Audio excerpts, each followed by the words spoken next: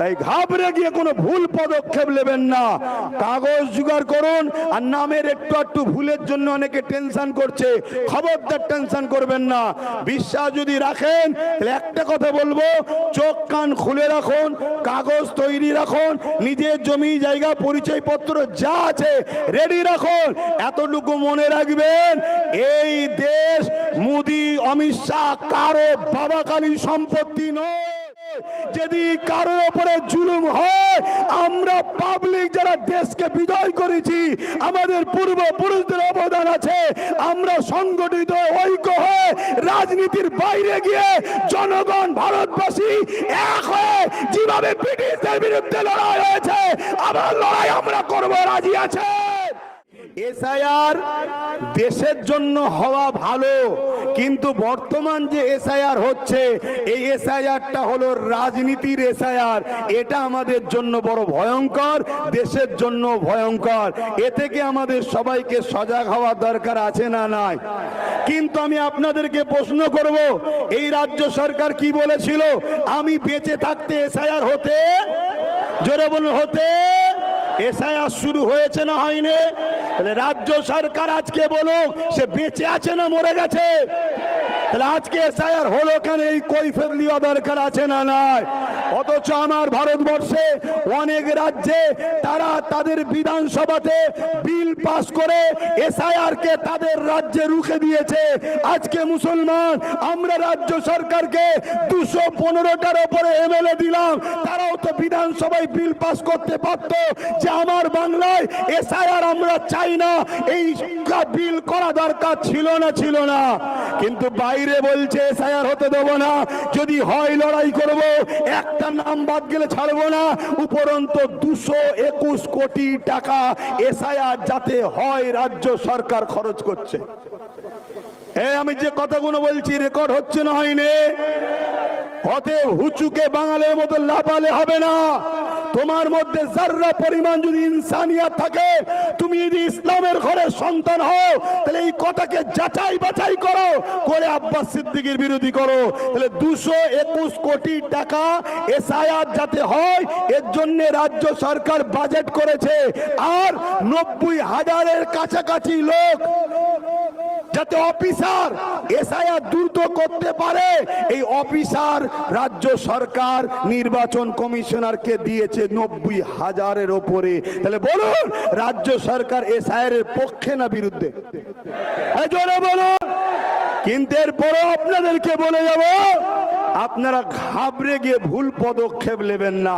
কাগজপত্র জড়ো করুন, কারণ আপনাদের ভোটেই যদি 21-এ কেউ সরকার হতে পারে, আপনাদের ভোটেই যদি 24-এ কেউ এমপি হতে পারে, আপনাদের ভোটেই যদি কেউ প্রধান হতে পারে, তাহলে আজ আপনাকে বাদ দেবে সেই এমএলএ, এমপি, মন্ত্রী, প্রধান করে আমাদের ধরা দরকার আছে না নয়? তাই ঘাবড়ে গিয়ে কোনো ভুল পদক্ষেপ নেবেন না। কাগজ জোগাড় করুন। আর নামের একটু একটু ভুলের জন্য অনেকে টেনশন করছে, খবরদার টেনশন করবেন না। বিশ্বাস যদি রাখেন তাহলে একটা কথা বলবো, চোখ কান খুলে রাখুন, কাগজ তৈরি রাখুন, নিজের জমি জায়গা পরিচয়পত্র যা আছে রেডি রাখুন। এতটুকু মনে রাখবেন, এই দেশ মোদি অমিত শাহ কারো বাবাকালী সম্পত্তি নয়। যদি কারোর উপরে জুলুম হয়, আমরা পাবলিক যারা দেশকে বিজয় করেছি, আমাদের পূর্বপুরুষদের অবদান আছে, আমরা সংগঠিত ঐক্য হয়ে রাজনীতির বাইরে গিয়ে জনগণ ভারতবাসী এক হয়ে যেভাবে ব্রিটিশদের বিরুদ্ধে লড়াই হয়েছে, আবার লড়াই আমরা করবো, রাজি আছে? যদি রাজি থাকেন উঠে দাঁড়ান, রাজি থাকেন উঠে দাঁড়ান, রাজি থাকেন উঠে দাঁড়ান। কিন্তু মনে রাখবেন, একটা লোক যদি জুলুম হয়, এর জন্য বিজেপি যেমন দোষী, রাজ্য সরকারও দোষী। কেন তুমি 90,000 অফিসার দিলে? কেন তুমি 221 কোটি টাকা এসআইআর এর জন্য খরচ করছো? তাই বিজেপিও দোষী, রাজ্য সরকারও দোষী। আমার এই কথাতে কারা একমত, একটু হাত তুলে সাক্ষী দেবেন। একমত আপনারা?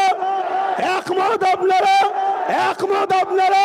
তাহলে কতবার আন্দোলন করবেন? আন্দোলনের পাশাপাশি নিজেদের বাচ্চার ভবিষ্যতের জন্য মজবুত খুঁটি তৈরি করা দরকার আছে না নাই? রাস্তা দিয়ে যাচ্ছেন, একটা কথা শুনে যান, রাস্তা দিয়ে যাচ্ছেন, কুকুর ঘেউ ঘেউ করছে, শুনছেন তো? যদি হাতে একটা লাঠি থাকে ঘেউ ঘেউ করবে? এই জোরে বলেন। খালি হাতে আছি বলে এতিম বাচ্চাকে সবাই যেমন লুটে যায়, আমাদের কেউ নেই বলে যে যা খুশি করে যাচ্ছে। সবে একটা লাঠি হয়েছে, এরকম যদি গোটা 30-40 লাঠি থাকে তাহলে লড়াইটা বাড়বে না কমবে? জোরে বলেন, বাড়বে না কমবে? আর একটা শেষ উদাহরণ দিচ্ছি, খুব ভালো করে শুনবেন। ধৈর্য আছে? 2 মিনিট ধৈর্য আছে? হাত তুলে বলুন শুনতে চান, শুনতে চান? মন দিয়ে শোনেন, মা বোনেরাও শুনবেন। 1000 টাকায় বাচ্চার ভবিষ্যৎ বিক্রি করে দিয়েছেন মায়েরা, চাকরি বাকরি শিক্ষা পড়াশোনা শেষ। ভুল করেছেন মা, সময় এখনো আছে, যদি মনে হয় পরিবর্তন হন। শোনেন মন দিয়ে, একটা কুকুর একটা খরগোশকে তাড়া করেছে। খরগোশ ছুটছে, কুকুরও ছুটছে, খরগোশ ছুটছে, কুকুরও ছুটছে। লাস্টে কুকুর হাঁপিয়ে গেছে, হাঁপিয়ে গিয়ে খরগোশকে বলছে, খরগোশ তোকে খাবো না, কিন্তু তোর সাথে একটা কথা আছে। কি কথা? বলছে আমার ঠ্যাং এত বড় বড়, তোর ঠ্যাং এত ছোট ছোট, তারপরেও তোকে ধরতে পারিনি, কি ব্যাপার বল দেখি। খরগোশ বলছে, মন দিয়ে শুনবেন, খরগোশ বলছে আমি ছুটি নিজের বাঁচার জন্যে, আর তুই ছুটিস মালিকেরকে খুশি করার জন্য। তুই ছুটিস মালিককে খুশি করার জন্য, আর আমি ছুটি নিজে বাঁচার জন্যে। আপনাদের বলবো, ছোট পা হতে পারে, ছোট দল হতে পারে, নিজের জন্য ছুটুন। যদি নিজের জন্য ছুটতে না পারেন, বড় পাওয়ালা কুকুরের মতো ছুটে লাভ নাই, সারা জীবন ছুটো ধরতে পারবেন না আপনি কাউকে। অতএব নিজের পায়ে দাঁড়ান, নিজের কথা ভাবুন। মনে রাখবেন, লোহা না হলে লোহা কাটা যায় না, মুফতি না হলে মুফতির বিরুদ্ধে ফতোয়া দেওয়া যায় না, পীর না হলে পীরের বিরুদ্ধে কথা বলা যায় না, আম সমাজ খাবে না। তাই আপনাদেরকে বলবো, কতবার আন্দোলন করবেন? কখনো বোরখা নিয়ে, কখনো 3 তালাক নিয়ে, কখনো ইউসি ইউনিফর্ম সিভিল কোড নিয়ে, কখনো আমার শরীয়তে আইনের উপরে, কখনো এক নোংরা মেয়ে আম্মাদ আয়েশা হুজুরের বিরুদ্ধে, কখনো আইলা মুহাম্মদ রাসূল নিয়ে, কখনো এমন করে দেখা যায় 3 তালাক নিয়ে, কখনো দেখা যাচ্ছে আমার আল্লাহর দ্বীন সম্বন্ধে রেপ করা নাকি পাপ নয় বলছে। আবার তোমার হাওড়া জেলার আমতার বিধায়ক নির্মল মাঝি মমতাকে বলছে আমাদের আল্লাহ। আর কত সহ্য করবে? এই সব কিছুর পিছনে একটাই কারণ, আমাদের হাতে ক্ষমতা নয়, আমাদের হাতে লাঠি নয়। তাই এরা ঘেউ ঘেউ করে যা খুশি বলে যাচ্ছে। অতএব নিজেদের পাওয়ার তৈরি করা দরকার আছে না নাই? আছে না নাই? আহলে সুন্নাত ওয়াল জামাত মনে করে আমরা দেশকে বাঁচাবার